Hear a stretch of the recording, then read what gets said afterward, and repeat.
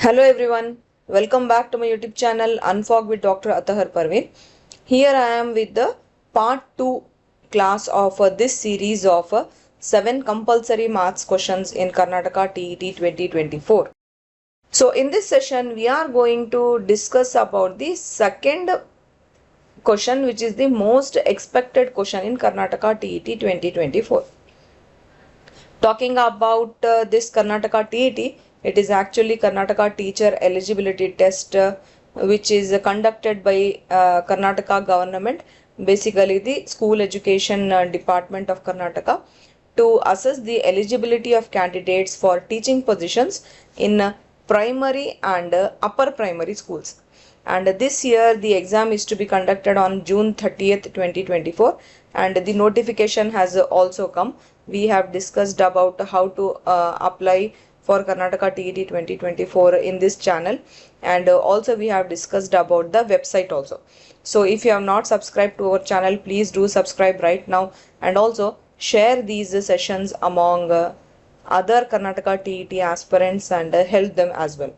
So friends, get ready by applying for Karnataka TET 2024, because this TET is going to be a very special and most important TET, because as I already told you, Karnataka TET qualification will make you eligible for a teaching position, especially GPSTR, Graduate Primary School Teacher Recruitment, which we are expecting this year. So if you take this exam lightly, or if you neglect by not applying to it, or if you don't write this exam this time, then you may lose GPSTR, because the eligibility criteria to write GPSTR is that the aspirant should be qualified in TET. So if you want to take the job of GPSTR, then you must be qualified in TET, and if you are not qualified till now, then this is a golden opportunity for you to write this exam, because the notification is already out. So you can apply online and you can write exam on June 30th. It will be conducted. So if you qualify TET this time, then you can grab this golden opportunity of writing GPSTR and getting the job. Okay, so to qualify TET, you should apply for it, right? So that's why I am telling all aspirants to please apply for TET and write this exam this time, because this only will help you in getting eligibility criteria for GPSTR, because Karnataka government has announced many teaching positions for GPSTR and HSTR, right? So we are expecting GPSTR also this year. So if they call for GPSTR, then you can write GPSTR if and only if you are qualified in TET. Okay, so I hope that it is clear now. Now coming back to our session of most expected questions in 2024 exam. In the previous class, I have given you an assignment. This was the question: to find the value of this expression, square root of 0.0009 divided by square root of 0.01. The correct answer to this question is 0.3. So you have to take the square root of 0.0009, which will become 0.03, and square root of 0.01, which will be 0.1. So if you divide 0.03 by 0.1, you will get 0.3. So option B is the correct answer. And the first aspirant who gave this correct answer in the comment section of that class is Mr. Sharath M. So keep it up, Sharath. Very good. Just keep working hard like this. Okay.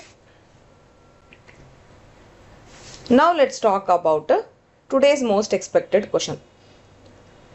So by analyzing the question paper of 2022 and 2023, I got these two similar questions. Now these are belonging to maybe chapters of indices maybe, or exponential, or even algebraic expressions also. Okay, so that may include the algebraic identities also.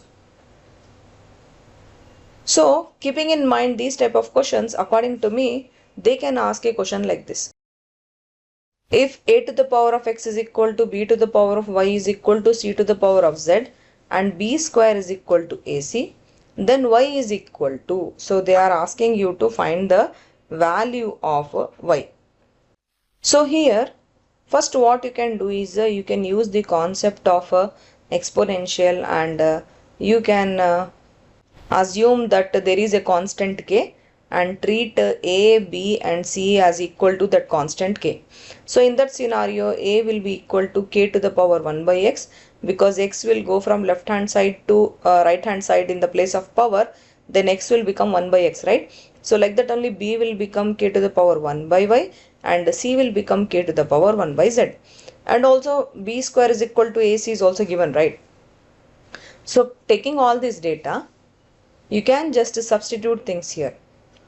So in place of k to the power 1 by y, you can write b, right? Because b is equal to k to the power 1 by y. So in place of b square, you write k to the power 1 by y whole square. So here what will happen? You can multiply this 2 to this one and you will get k to the power 2 by y. In the right hand side, you have a into c, right? So value of a is k to the power 1 by x and c value is also k to the power 1 by z. So we substituted here that also, and you can add the powers 1 by x and 1 by z because there is a multiplication. So these are laws of indices. If you have a to the power m into a to the power n, then you can add the powers. You can write it as a to the power m plus n. Okay, so with this your bases are same, means you have k in the base in the left hand side and k in the base in the right hand side. So you can treat the powers. So you have 2 by y is equal to 1 by x plus 1 by z. With this you can clearly find the value of y after simplifying. You can take the LCM of x and z. So you will get xz in the denominator.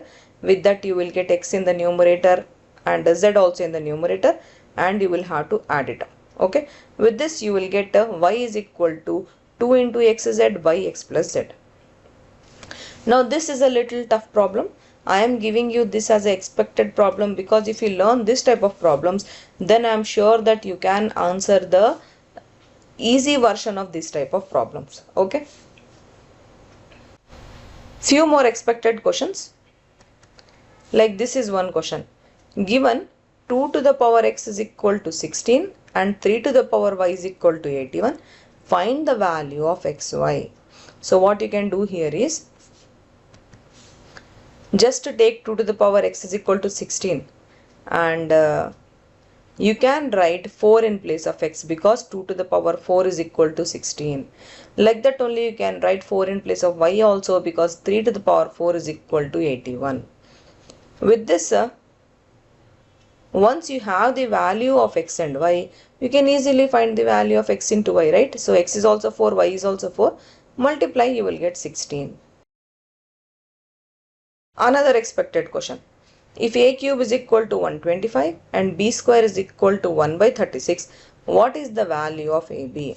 So this also you can solve in the similar manner. See, a cube is equal to 125 means if you send the cube in the right hand side, that cube will become cube root, right? So you will have a is equal to cube root of 125. With that you will have a is equal to 5, right? Like that only b square is equal to 1 by 36 is given in the question. So b will become square root of 1 by 36. So you will have value of b as 1 by 6. In the question they are telling you to find a into b. So a is 5, b is 1 by 6. Just multiply, you will get 5 by 6. Okay. So let me give you another expected question. So this is the one. Here you have to simplify this expression. Now before going to solve this expression, I want to give you this loss of indices. I told you in the first expected problem about this, right? A to the power m into a to the power n is equal to a to the power m plus n. Like that only if you have a to the power m divided by a to the power n, it will be a to the power m minus n. If you have a to the power m whole to the power n, then you can just multiply the powers. If you have a to the power 0, then your answer will be 1. If you have a to the power 1, then your answer will be a only. And if you have a negative power, then that base will become the denominator if you remove the negative sign from the power. That is, a to the power minus m will become 1 by a to the power m. Along with this laws of indices, I also recommend you to learn algebraic identities. You will get a list anywhere. It is very easy to find out the list in any textbook, it will be given. So you need to learn all those algebraic identities. Unless and until you learn these laws of indices and algebraic identities, you cannot solve these type of problems. Okay, now coming to this question.